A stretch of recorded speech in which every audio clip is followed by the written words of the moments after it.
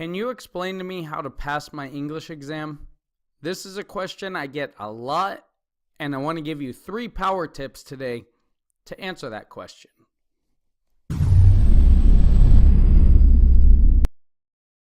Hey there, English speakers, Jesse here.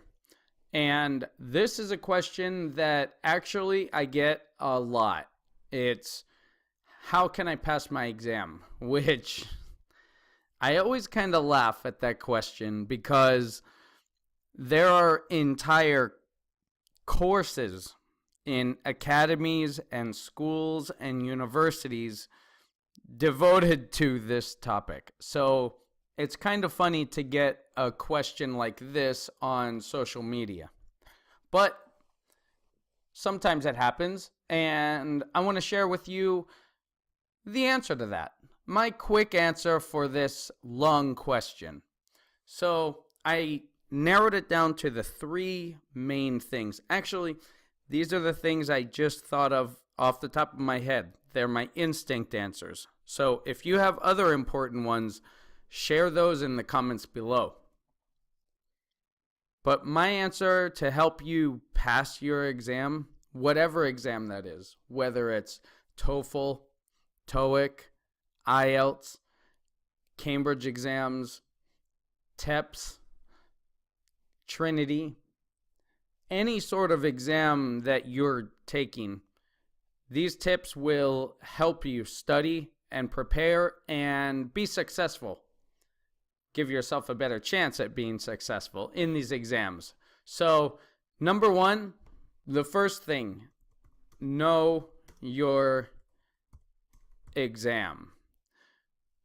So, I mean by that, know the structure. Know how many parts it is.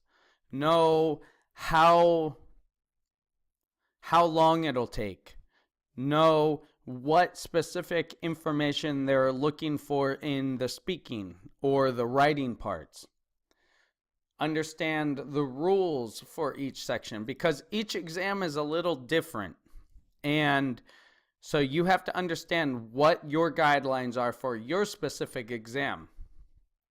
Know what the speaking part requires. Know what's involved in the writing. What kinds of writing you're going to do. What kinds of reading exercises and listening exercises are you going to do. Know your exam and know what the evaluators are looking for. If you don't know, ask your English teacher. They should be preparing you for this. So prepare for your specific exam if you're taking an exam, if you're studying for an exam. That's basic point number 1. Basic suggestion number 1. Now I'd like to give you 2 general tips for any of your English lessons. So tip number 2, which applies to any area of learning a language or any area of anything really, and that's focus on one area to improve at a time. Only one area to improve at a time. So maybe you have problems with past simple and past continuous, or maybe you don't know how to use the future perfect correctly. Maybe you confuse your conditionals and confuse past tense and present tense. Maybe you also need to work on your vocabulary. Maybe you'd also like to work on idioms and phrasal verbs and collocations, and you'd like to improve all of this. Yes, probably. But narrow that down to one specific thing at a time and break it down which is in my down phrasal verb course. But break it down by week or by month or every couple days or however long it takes you to perfect or improve that one area. I hear students tell me they want to be perfect. They want to speak perfectly. Well, I want $4 million, but, we have what we have. Not even native speakers speak perfectly. You don't speak perfectly in your language. We don't speak perfectly. We speak naturally. The thing is, don't try to be perfect.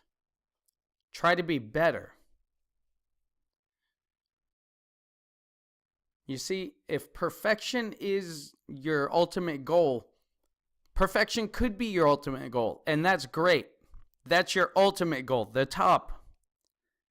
But what's your next goal?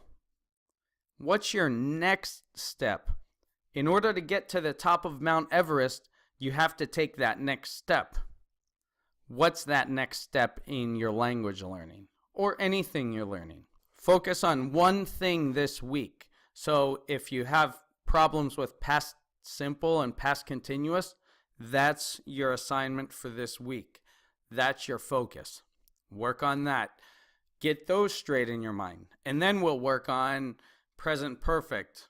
And then we'll focus on that. And then we'll work on making your he's and she's and your personal pronouns just right. And then once we perfect that, we might have to go back to the past simple and past continuous and brush up on that. Brush up, also in an up phrasal verb course. But brush up on that. That's my approach as a teacher. Which leads me into my third point. My third tip on how to pass your English exams or become fluent. This works for this too. Find a tutor to guide you. Okay? If you can't afford a tutor, then find a language exchange partner, right? Let's actually change this to somebody. Find somebody to guide you. So maybe that's a language exchange partner. Maybe it's a tutor. Maybe it's once a week, twice a week, 3 times a week. Maybe it's once every 2 weeks.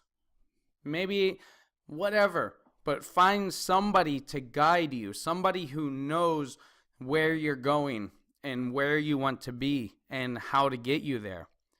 If you don't have somebody to guide you, you may just be spinning your wheels. Our tires are just spinning and we're not moving, right? So find somebody to direct you in the direction of your goal. So that's it. The 3 power tips, general tips for, well, the first one's exam specific. The other 2 are for improving your fluency in general too. Focus on one area to improve at a time and find somebody to guide you. I believe that's it. Thanks for watching, and I'll see you next time.